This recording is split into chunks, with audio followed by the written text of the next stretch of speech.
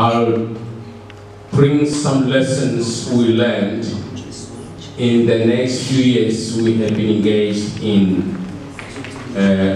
specifically translation, but including also oral Bible translation, because we cannot talk about transcription without the oral Bible translation.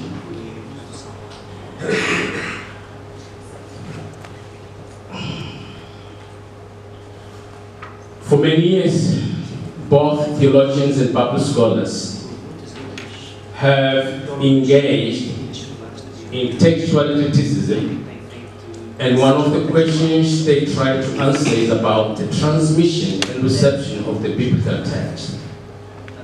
The majority of these scholars agree that the biblical text is God's revelation to mankind.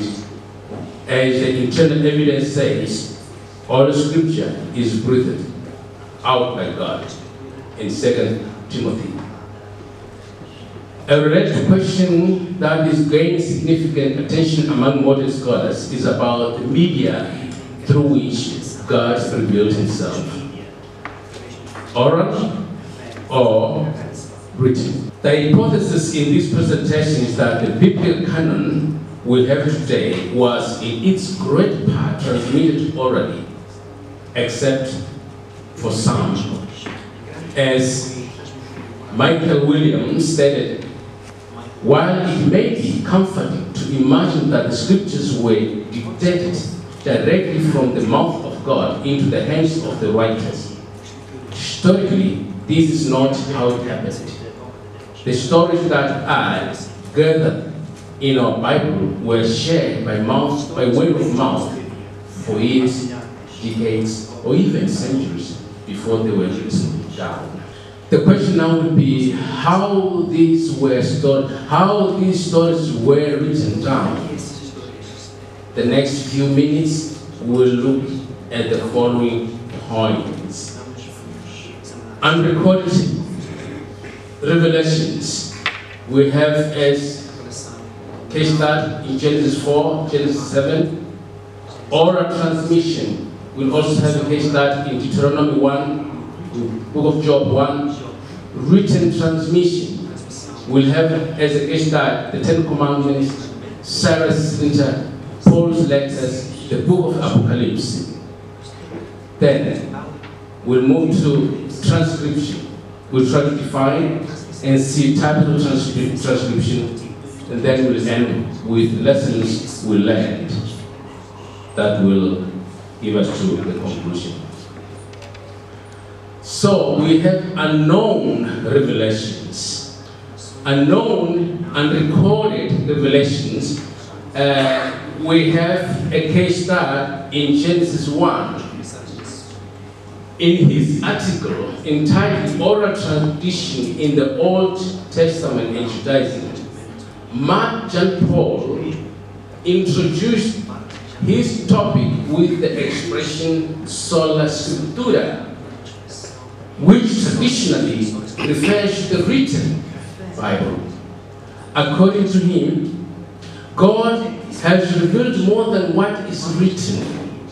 For example, the book of Genesis seems to be more of the easiest books in the Old Testament. However, for a better understanding of the content of this book, one will need some additional information. In Genesis 4, verse 3 and 4, we hear that Cain brought to the Lord an offering of the fruit of the ground, and his brother Abel also brought of the firstborn of his flock. Now, was this something Cain and Abel did regularly, or it was only that time? Whether they did it regularly or not, who told them that they had to bring an offering to the Lord? Does it have a connection with the killing of animal in the Garden of Eden for Adam and Eve?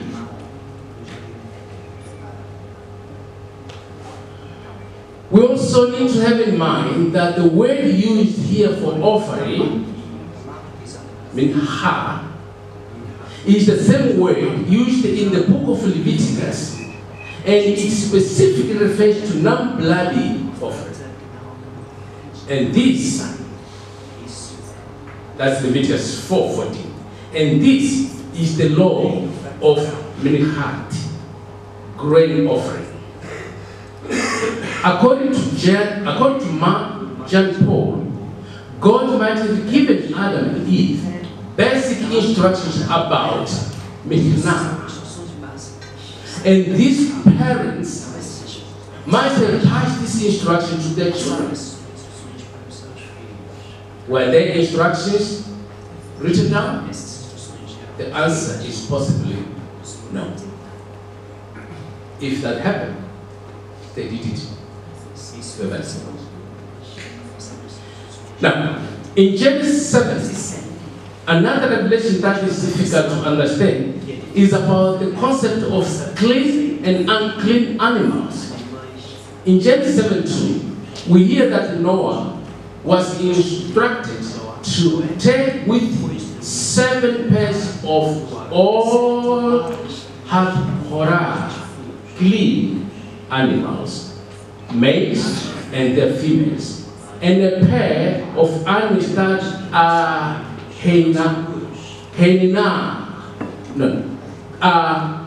the Horah Henena, not clean, males and their females.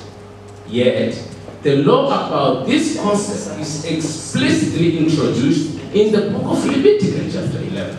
So, does it mean these laws existed until the time they were written down by Moses? If that is the case, how were they passed on from one generation to another, from the time of Noah to the time of Moses, estimated to be from 2200 to 1700 BC? So how these laws were passed? Looking at this and other related difficulties, Mark, John Paul arrived at the following assumption. My point is here that an earlier revelation can be presupposed in several instances of the book of Genesis, while the content of that revelation has not been written down in this book. This is exactly what John Alhammer calls oral revelation. Note, these scholars are bringing up the point that the biblical canon we have comes from an oral tradition. We come to oral transmission. We have the book of Deuteronomy. Stephen Cook is one of the scholars who supports the hypothesis of oral transmission before these revelations were written.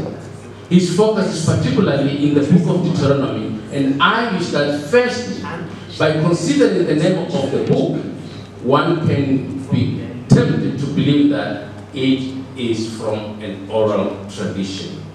First, the Hebrew name of this book, Devarim, which means words, in Deuteronomy 1 and verse 1, it says, these are Hadvari, the words that Moses spoke to all Israel beyond the Jordan in the wilderness. Here, the point is that Moses did not read, he spoke it out to the people. The name, again, the name Deuteronomy in Greek is a Greek word, Deuteronomion, which means second law or repeated law. In fact, Deuteronomion is a compound word. Deutero, second, or repeated, nomion, law. Now, we could ask the following questions. If this is second law, where is the first one? Or, if this is a repeated law, was the first one written or spoken out? If it was written, was it necessary to rewrite? Second, of the significant analysis of the famous Jewish prayer found in the book of Deuteronomy 6, verse 4, which says, Shema, O Israel, the Lord our God, the Lord is one. Michael Williams argues that when we encounter the most important things we need to learn from God, we are called upon to listen. Another note here. The appeal here is to listen to the speech